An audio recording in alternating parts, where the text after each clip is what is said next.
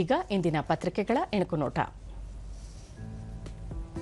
ಜಾಗತಿಕ ಮಟ್ಟದಲ್ಲಿ ಹೆಸರಾದ ರಕ್ಷಣಾ ವಲಯ ಕಾಲಿನ್ಸ್ ಏರೋಸ್ಪೇಸ್ ಪರೀಕ್ಷಾ ಕೇಂದ್ರಕ್ಕೆ ಚಾಲನೆ.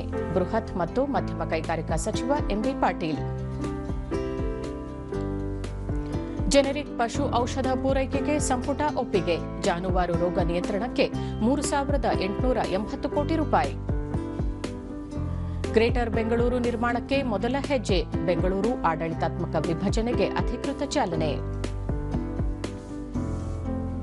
ಕೇದಾರನಾಥ ದೇಗುಲಕ್ಕೆ ರೋಪ್ವೇ ನಿರ್ಮಾಣ.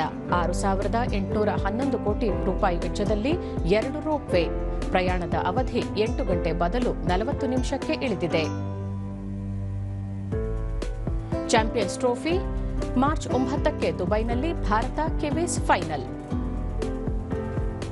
ಇವು ಇಂದಿನ ಪತ್ರಿಕೆಗಳ ಪ್ರಮುಖ ಸುದ್ದಿ. ಉಳಿದಂತೆ ಶೀಘ್ರ ಹಾಲು ದರ ಏರಿಕೆ ಖಚಿತ. ರಾಜ್ಯ ಸರ್ಕಾರ ಲೀಟರ್ಗೆ 10 ರೂಪಾಯಿ ಹೆಚ್ಚಿಸುವಂತೆ ರೈತರ ಒತ್ತಾಯ. ಹೂಡಿಕೆದಾರರಿಗೆ ಹೊಸ ಬೆಳಕು. 10 ದಿನಗಳ ನಂತರ ಏರಿಕೆ ಕಂಡ ನಿಫ್ಟಿ. ಜಾಗತಿಕ ಮಾರುಕಟ್ಟೆಯಲ್ಲಿ ಸಕಾರಾತ್ಮಕ ಅಲೆ. ವಾಯು ಮಾಲಿನ್ಯ ಪ್ರಮಾಣ ಏರಿಕೆ. ಮೆಟ್ರೋ ದರ ಹೆಚ್ಚಳದ ಬಳಿಕ ಖಾಸಗಿ ವಾಹನಗಳ ಬಳಕೆ ಹೆಚ್ಚು. ಶತಕೋಟ್ಯಾಧಿಪತಿ ಭಾರತೀಯರ ಸಂಖ್ಯೆ 191ಕ್ಕೆ. ಭಾರತದ ಕುಬೇರರ ಸಂಖ್ಯೆಯಲ್ಲಿ ಶೇಕಡ 6 ಹೆಚ್ಚಳ.